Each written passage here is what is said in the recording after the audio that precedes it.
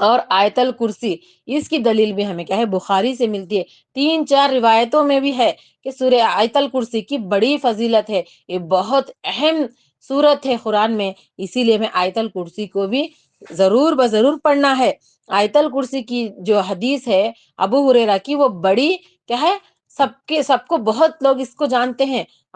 جو آیت الکرسی کی جو حدیث ہے ابو ہریرہ کی، وہ فیمس ہے حدیث، ہر کوئی اس کو جانتا ہے۔ تو کوئی چوری سے بچنا چاہتا ہے، کوئی حفظ و امان میں رہنا چاہتا ہے اللہ کی، تو ہمیں آیت الکرسی کو بھی پڑھنا ہے۔ آیت الکرسی کی بھی بڑی فضیلت ہے، تو ہمیں سونے سے قبل ان اذکار کو، ان دعاؤں کو، ان صورتوں کو پڑھیں۔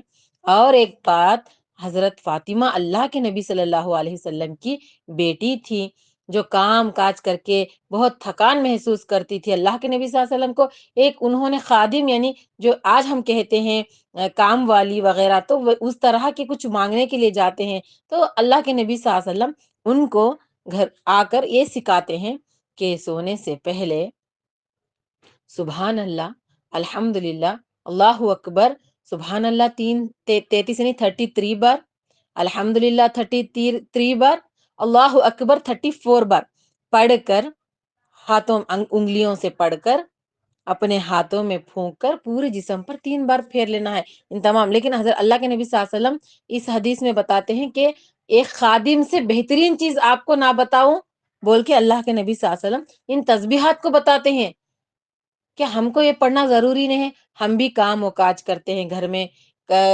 اپنے بچوں کی دیکھ بھال کرتے ہیں، پکاتے ہیں، ہم بھی تھک جاتے ہیں، تو ہم ان صورتوں سے مدد لیں، کیونکہ اللہ کے نبی صلی اللہ علیہ وسلم بتائے ہوئے نسخے ہیں، یہ ہماری زندگی کے لیے بہترین نسخے ہیں، تو کیوں ہم عورتیں ان نسخوں کو چھوڑیں، کیوں اتنی بہترین انمول خزانے کو ہم چھوڑیں؟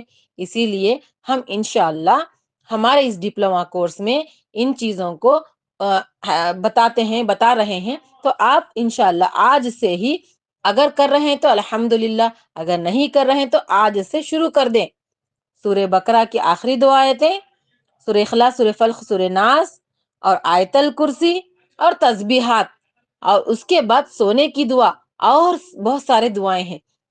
حسن المسلم جو کتاب ہے، اس کو آپ اوپن کریں گے تو سونے کے دعاؤں میں چاپٹر جو نکلے گا، اس میں آپ کو بہت سارے دعائیں ملیں گے۔ سب سے پہلے آپ ترجمہ ایک ٹائم پڑھ لیں، آپ کو اس کی اہمیت معلوم ہوگی، کتنے اچھے، کتنے اہم دعائیں ہیں، تو وہ بھی پڑھنے کی کوشش کریں۔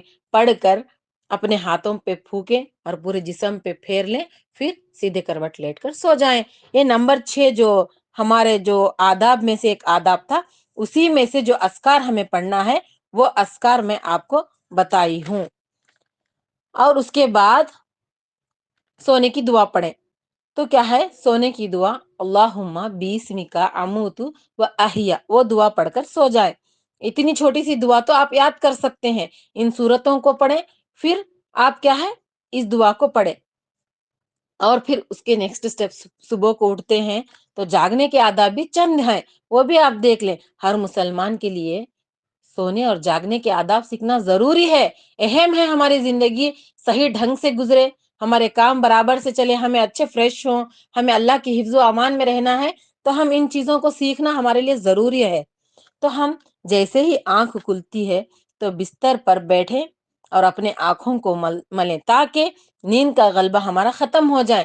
اس کی دلیل ہمیں نسائی سے ملتی ہے۔ پھر نمبر 2، سورہ آل عمران کی آخری کی 10 آیتیں پڑھیں، یہ بھی ہمیں کیا ہے نسائی سے ہی ملتی ہے۔ نمبر 3، جب بستر سے اٹھیں تو یہ دعا پڑھیں، الحمدللہ الذی احیانا بعدما اماتنا و الیہ النشور، یہ دعا بھی کیا ہے ہم پڑھیں۔ نمبر 4، کسی برتن میں یا ہاتھ نہ ڈالیں جب تک کہ اس کو 3 مرتبہ صاف نہ کریں۔ کیا معلوم کہ رات میں ہمارے ہاتھ کہاں کہاں گھومے تھے، اسی لیے اٹھتے ہی ہم کیا ہے پانی پینے چلے گئے، ہاتھ چلے گئے، کہیں پر گئے، ڈائریکٹ کچن روم میں ہم نہیں جانا ہے، بلکہ اٹھتے ہی ہم کیا ہے بیت الخلا جانا ہے، وہاں جا کے کیا اپنے ہاتھ کو صاف کرنا ہے۔ پھر کیا ہے مسواک، اس کی دلیل ہمیں ابو داؤد سے ملتی ہے۔ نمبر 5، مسواک کا کرنا، اب ہمیں جاتے ہی برش کرتے ہیں، برش صبح میں جب پھر آپ ناشتہ وغیرہ جب کریں، مسواک کا اہتمام کریں، یہ سنت ہے صبح کی، تو مسواک ہر گھر میں رکھیں۔ صبح کو جب سنتیں آپ جب صبح کو پہلے نماز کے لیے اٹھتے ہیں، جب ان تمام چیزوں کو کرتے ہیں، آنکھ کھلنے پر اپنے آنکھ ملتے ہیں، پھر سورہ آل عمران کی آخری کے 10 آیتیں پڑھتے ہیں، پھر اٹھنے کی آپ دعا پڑھتے ہیں، پھر اٹھنے کے بعد آپ جب نمبر 4 کے باتھ روم کو بیت الخلا کو جا کے اپنے ہاتھوں کو صاف کر لیتے ہیں، نمبر 5واں سٹیپ کیا کرنا ہے آپ کو؟ مسواک کرنا ہے۔ نمبر 6 اس کے بعد اچھی طرح وضو کر کے اپنی ناک کو جھاڑے، کیونکہ ناک کے حصے میں شیطان رات گزارتا ہے، یہ بھی حدیث میں دلیل ہے۔ تو ہم کہیں ناک کو اچھی طرح جھاڑیں، یہ بھی دلیل ہمیں بخاری میں ملتی ہے، سمجھ میں؟ تو ان آداب کو ہمیں اپنائیں۔ نمبر 1 جیسے ہی آنکھ کھلتے ہی آنکھ کو ملنا۔ نمبر 2 سورہ آل عمران کی آخری 10 آیتوں کو پڑھنا۔ نمبر 3 اٹھنے کی دعا پڑھنا۔ نمبر 4 اپنے ہاتھوں کو برتنوں میں ڈالے بغیر پہلے ہی کیا ہے اپنے ہاتھوں کو 3 مرتبہ صاف کر لینا۔ نمبر 5 مسواک کا کرنا۔ نمبر 6 اچھی طرح وضو کرنا اور ناک کو جھاڑنا۔ یہ ہو گئے 6 آداب، اور سونے کے بھی 6 آداب ہمارے ہو گئے تھے۔ تو اللہ تعالیٰ سے دعا کرتی ہوں کہ اللہ تبارک و تعالیٰ ہمارے جو بھی ہمارے آداب ہیں، اللہ تعالیٰ ہمیں عمل کی توفیق عطا فرمائے، ہمارے زندگیوں میں نور عطا کریں ان دعاؤں کی برکت سے، ان سنتوں کی برکت سے۔ تو کیا ہے اور کیا ہے ہمیں مزید سیکھنے کی توفیق عطا فرمائے۔ ان چیزوں کو نارملی معمولی لائٹلی مت لیجئے، کیونکہ بہت بہت بہت ضروری ہے ہمارے زندگیوں میں اچھا رہنے کے لیے۔ ہماری آخرت بھی ہمیں سدھارنا ہے، ہماری زندگیوں کو بھی ہمیں صحیح طریقے سے سنت کے مطابق ہماری زندگیوں کو ہم گزارنا ہے، نہ بلکہ ہمیں دوسروں کے طریقے کو اپنائے ہیں۔ آج کل کیا ہے اڑتے ہی بچے کیا کرتے ہیں، بغیر دعا پڑے، بغیر ہاتھ ملے ڈائریکٹ کیا ہے واش روم میں جاتے ہیں، منہ وغیرہ برش کرتے ہیں اور ٹیوشن کا جو پڑھائی رہتی ہے وہ پڑھنے کے لیے بیٹھتے ہیں۔ بلکہ نہیں، آپ اٹھنا ہے، ان سنتوں کو کرنا ہے اور دعا پڑھنا ہے۔ بیت الخلا کو جانے سے پہلے بھی اس کی دعا پڑھنا ہے، جب اس کے آداب آ جائیں گے جب بتا دیں گے۔ اس کے بعد مسواک کرنا ہے، اس کے بعد ہمیں نماز کے لیے جانا ہے۔ ہماری زندگیوں میں سنتوں کو ہمیں اپنائیں گے تو ہمیں دیکھ کر ہمارے بچے بھی سنت سیکھیں گے۔ اگر ہمارے بچوں کی زندگی میں ہم بچپن سے ہی سنتوں کی عادت نہیں ڈالیں گے تو ہمارے بچے بھی کیا ہے بڑے ہو کر دوسروں کے چیزوں کو اپنائیں گے۔ اگر ہم دوسروں کی چیزوں کو اپنائیں گے تو قیامت کے دن ان کے ہی ساتھ ہوں گے۔ کیا آپ نہیں چاہتے آپ کے نبی صلی اللہ علیہ وسلم کے ساتھ ہو قیامت کے دن؟ کون مسلمان نہیں چاہتا کہ وہ اللہ کے نبی صلی اللہ علیہ وسلم کے ساتھ کھڑا ہو، ان کے ساتھ رہے، وہ ہماری سفارش کرے؟ تو اللہ کے نبی صلی اللہ علیہ وسلم کے سنتوں پر پوری سے پوری چلنے کی ہمیں کیا ہے اللہ تعالیٰ توفیق عطا فرمائے۔ ہمارے اولادوں کو بھی کیا ہے اللہ تعالیٰ اللہ کے نبی صلی اللہ علیہ وسلم کے طریقے پر چلنے کی توفیق عطا فرمائے۔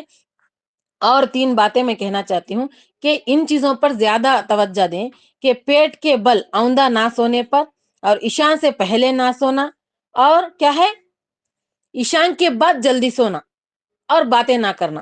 ان چیزوں پر بھی تھوڑا خیال رکھیں۔ آپ ان کو ایک چارٹ میں بنا کر، اگر آپ کو ان چیزوں کی عادت نہیں ہے تو میرا ایک مشورہ ہے کہ یہ میری بات ہے، ایک چارٹ بنا لیں۔ ان چارٹ پر کیا ہے سونے اور جاگنے کے آداب لکھ لیں، اور اس پہ آپ روزانہ اس پر اپنی نظر پھراتے رہیں تو آپ کو وہ یاد ہو جائیں گے اور اپنی زندگی میں بھی عمل میں آ جائیں گے انشاءاللہ۔ اللہ تعالی ہمیں کیا ہے عمل کی پوری پوری توفیق عطا فرمائے، آمین۔ السلام علیکم ورحمۃ اللہ وبرکاتہ۔